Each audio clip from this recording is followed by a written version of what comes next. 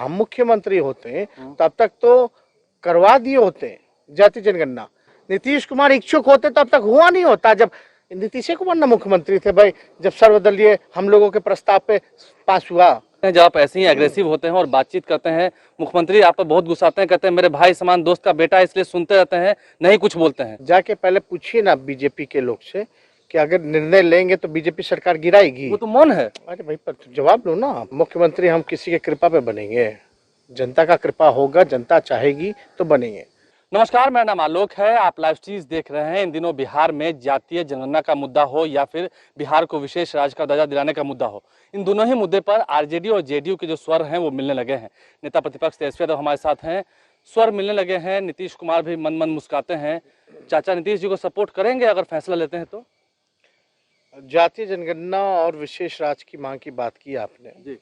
दोनों मांग जो है राष्ट्रीय जनता दल के नेतृत्व ने कई वर्ष पूर्व में ही उन्होंने संघर्ष किया, उठाया। जातीय जनगणना को लेकर के लालू जी सड़क पे भी आए, बिहार भी बंद किया। और जहाँ तक विशेष राज्य के दर्जे की बात है तो आपको पता होगा राबड़ी देवी जी मुख्यमंत्री थी तो गांधी मैदान में आंचल फैला करके अटल बिहारी जी से विशेष राज्य के मांग को किया। ये तो हम लोगों के प्रस्ताव पर बिहार विधानसभा से जातीय जनगणना को लेकर के 2 बार पारित हुआ। जब पारित हो ही गया है 2 बार तो मतलब रह जाता है कोई? आपने मुलाकात बैठक का कोई मतलब रह जाता? मुलाकात हमने की थी, 2 शर्तें थी ना विधानसभा में। हम तो चाहते देश भर में हो क्योंकि नेशनल इंटरेस्ट में है, लोगों के हित में है। तो प्रधानमंत्री से गए मिलने, नहीं हो पाया, फिर मना हो गया। तो उससे एक दूसरा शर्त था कि राज्य सरकार अपने खर्चे पे कराए। तो उस समय तो तैयार थे, क्यों नहीं आप कर रहे? ऑल पार्टी ही के लोग ना गए थे प्रधानमंत्री से मिलने, उसमें बीजेपी के लोग भी थे ना। तो इसमें मदद किसको करना है? इसमें तो ऐलान करना है। हमने तो यही कहा ना, हम मुख्यमंत्री होते तब तक तो करवा दिए होते जातीय जनगणना, और भी राज्यों ने अपने खर्चों पे कराया है। मतलब सर्वदलीय बैठक की जरूरत नहीं आपको लगता है? अच्छा, जब फैसला हो गया, प्रस्तावे भेज दिए बिहार विधानसभा से 2 बार, तो बैठक करके फिर क्या करना है? ये तो डिले टैक्टिक्स है ना, यानी कथनी करनी में अंतर।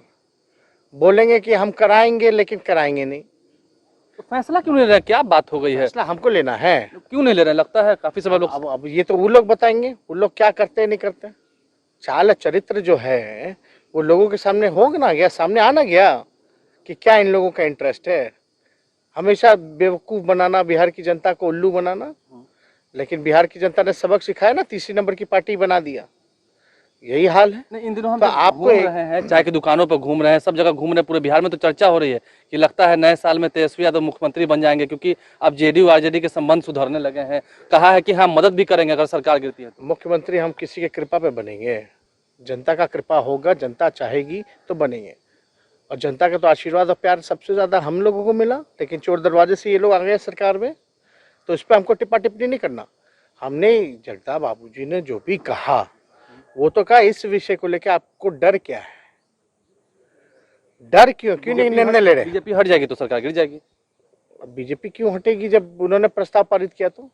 और बीजेपी तो पार्ट ऑफ द गवर्नमेंट है बिहार की। एक minute, part of the government है, and who is the head of the government? Nitish Kumar. तो कैसा गवर्नमेंट चल रहा है कि आप लोगों को सहमति ही नहीं बनता है हर चीज पे? ये तो धोखा है ना। अब क्या ऐसे गठबंधन, ऐसे अलायंस जो केवल अपने मतलब के लिए सियासत करे, तो वो उचित है इन लोगों को सरकार में ना? तेजस्वी यादव कह रहे हैं कि हाँ फैसला ले, बड़ा फैसला ले, लेकिन तेजस्वी यादव ये तो कह रहे हैं ना, ठीक है दोनों अलायंस में है लेकिन सहमति नहीं बनती है कुछ मुद्दों पर, तो आप साथ देंगे ना? एक बात बताओ ना, कि जब बिहार विधानसभा से पारित हुआ तो सरकार गिर गई थी क्या? नहीं। क्यों नहीं गिरी?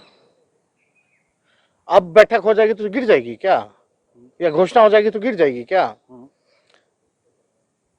तो ये बात समझने की जरूरत है। इच्छुक नहीं है ना भाई, यानी ये साफ दिखाता है कि मुख्यमंत्री की इच्छा ही नहीं है। और मुख्यमंत्री अगर चाहते भी हैं तो सबसे कमजोर और डरपोक मुख्यमंत्री है। यानी यही एजेंडा नहीं, बाकी और निर्णय में क्या हाल होता होगा इनका फिर? तो क्या बिहार को ऐसा कमजोर मुख्यमंत्री चाहिए, डरपोक मुख्यमंत्री चाहिए जो निर्णय लेने से कतराता हो, जो अपनी विचारधारा नीति सिद्धांत को तिलांजलि दे दे अपने कुर्सी के लिए।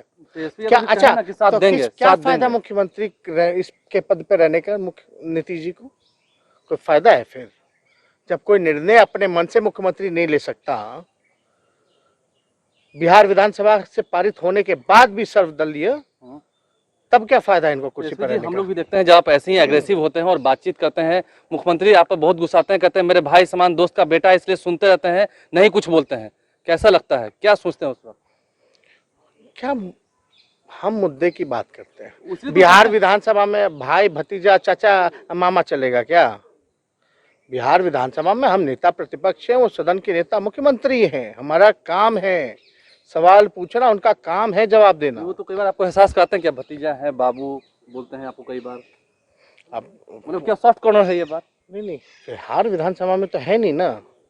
वैसे बाहर बुजुर्ग हैं, उनका तो सम्मान है ही सब लोगों का, खाली नीतीश जी का क्या? जो हमसे उम्र में बड़े हों, चाहे कोई विचारधारा के हों, ये तो हमारे संस्कृति में है ना। माँ बाप ने सिखाया बड़ों का जो है आदर करो, आपको सम्मान गुस्सा करो। नहीं आता सामने देख के? नहीं, गुस्सा क्या, गुस्सा आता क्यों नहीं है?